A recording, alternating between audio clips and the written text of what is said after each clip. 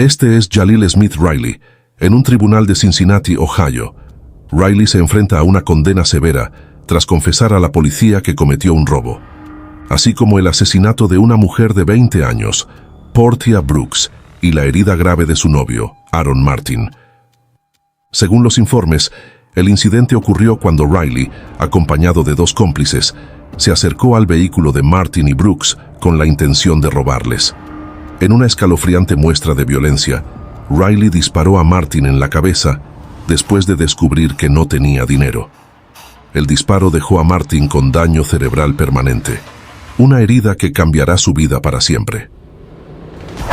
Como siempre, si aprecia nuestra narración de crímenes reales, dale me gusta y suscríbete. Juntos, descubrimos historias convincentes de crímenes y misterios. Posteriormente, Riley se dirigió a Brooks y le disparó también. Aunque Brooks fue trasladada a un hospital, sucumbió a sus heridas 3 días después. El crimen dejó una marca indeleble en la vida de sus seres queridos y ha generado una profunda sensación de pérdida y dolor. En el tribunal, la madre de Portia Brooks ofreció una declaración de impacto en la víctima, describiendo el devastador efecto del crimen en su vida. Expresó que el acto de Riley le mató mentalmente y emocionalmente, subrayando el profundo impacto de su pérdida. La madre, quien solía tener una familia de 4, se encontró enfrentando la realidad de perder a su hija y, con ello, una parte integral de su identidad y estabilidad familiar. Además, la hermana de Portia Brooks también ofreció su testimonio, añadiendo su propio dolor al relato. La tragedia ha afectado profundamente a la familia de Brooks, dejando una huella imborrable en todos sus seres queridos y desmoronando la vida que conocían antes del crimen. Jalil Smith Riley, por su parte, enfrenta una condena devastadora: cadena perpetua sin libertad condicional. Esta sentencia no solo marca el fin de cualquier esperanza de retorno a la libertad, sino que también subraya la seriedad de sus crímenes. La magnitud de la pena refleja la gravedad de sus actos y el profundo sufrimiento infligido a las víctimas y sus familias. Para Riley, el momento de escuchar la sentencia es particularmente doloroso. La realidad de pasar el resto de su vida en prisión, sin posibilidad de liberación, lo obliga a enfrentar las consecuencias extremas de sus acciones. La angustia y desesperación en su rostro revelan el peso abrumador de aceptar que no puede deshacer el daño que ha causado y que debe vivir con el remordimiento y las consecuencias de sus actos durante el resto de su vida. En otro rincón del sistema judicial, Diana Lovejoy se encuentra en el centro de un caso dramático que involucra una conspiración para asesinar a su exmarido, Greg Mulvihill. Tras una serie de eventos tumultuosos, Lovejoy fue condenada por intento de asesinato y conspiración para cometer asesinato. El plan para eliminar a Mulvihill fue orquestado en colaboración con su novio, Weldon McDavid. En el tribunal, el momento del veredicto fue tan intenso que Lovejoy se desmayó, causando un silencio sepulcral en la sala, roto solo por los sollozos de sus familiares. Finalmente, Lovejoy fue condenada a 26 años a cadena perpetua, mientras que McDavid, quien disparó el arma, recibió una condena aún más severa de 50 años a cadena perpetua.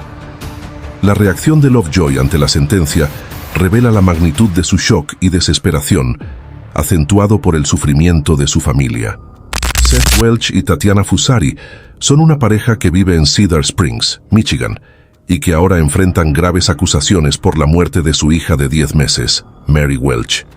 Welch y Fusari, profundamente influenciados por sus creencias religiosas, tomaron la decisión consciente de no buscar atención médica para su hija, a pesar de que su estado de salud era crítico.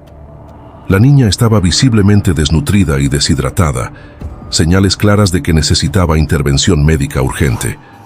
La decisión de los padres de rechazar la atención médica se basó en una desconfianza profunda hacia la medicina y las instituciones gubernamentales, una actitud que ha sido un factor determinante en esta tragedia. La llamada al 911, realizada por Seth Welch, revela una falta alarmante de comprensión sobre la gravedad de la situación. Durante la llamada, Welch parecía desconcertado e incapaz de reconocer la urgencia de la condición de su hija. Sus respuestas indican una profunda desconexión con la realidad de la salud de Mary, subrayando la negligencia con la que la pareja manejó el caso. La autopsia posterior confirmaría que la causa de la muerte de Mary fue desnutrición y deshidratación, consecuencias directas de la negligencia y la falta de atención médica. Este trágico caso resalta las implicaciones devastadoras que pueden surgir de las creencias extremas y la negativa a buscar atención médica adecuada. Welch y Fusari enfrentan serios cargos de homicidio y abuso infantil en primer grado.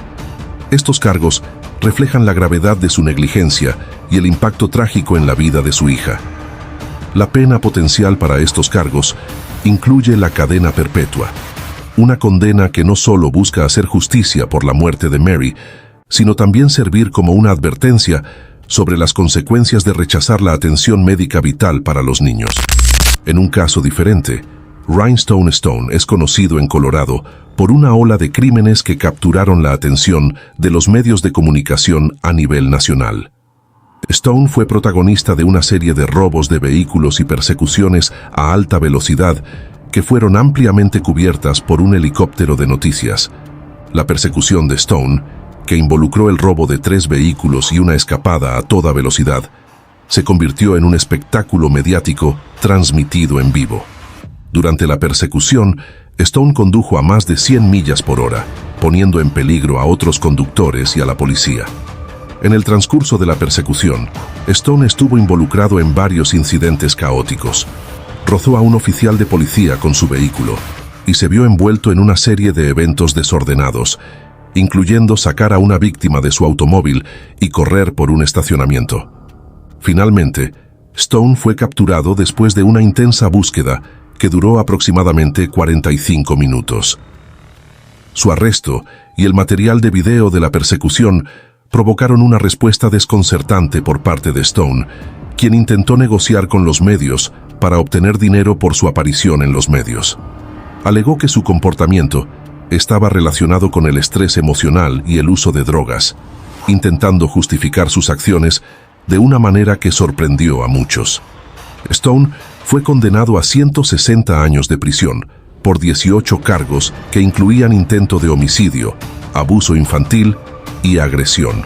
Su caso no solo pone de relieve la gravedad de sus crímenes, sino también la complejidad de su comportamiento post-arresto.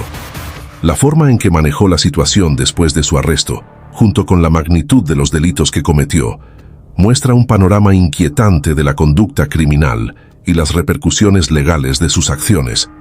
Finalmente, Esteban Carpio fue sometido a un intenso interrogatorio por la policía en relación con el apuñalamiento de una mujer de 85 años en Rhode Island. La situación se volvió aún más compleja cuando, durante el interrogatorio, Carpio quedó solo en la sala con un detective después de que el otro detective se ausentara para buscar agua. Este breve periodo de aislamiento pudo haber tenido un impacto significativo en el comportamiento de Carpio y en las respuestas que proporcionó. La dinámica del interrogatorio, junto con las circunstancias en las que Carpio quedó solo, introduce un elemento de incertidumbre que podría haber influido en el manejo del caso y en las pruebas recogidas durante el interrogatorio.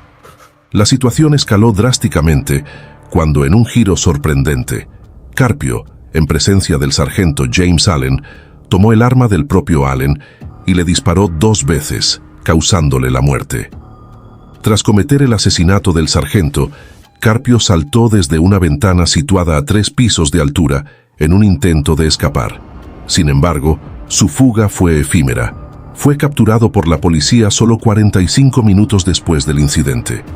En su comparecencia ante el tribunal, Carpio sorprendió a todos con una máscara diseñada para evitar que escupiera o mordiera a otros, además de mostrar un rostro notablemente dañado. Esta apariencia generó una gran conmoción en la sala del tribunal y se convirtió en un punto focal de debate. Aunque la reacción de Carpio fue impactante, fue la reacción de sus familiares la que atrajo una considerable atención. Finalmente, fue sentenciado a cadena perpetua sin libertad condicional, una condena que refleja la gravedad de sus crímenes y el impacto devastador de sus acciones en las víctimas y sus familias. Si te ha gustado esta impresionante historia de crímenes reales, apóyanos dándole me gusta y suscribiéndote. Juntos, descubrimos historias convincentes de crímenes y misterios. Así no te perderás nuestro próximo video.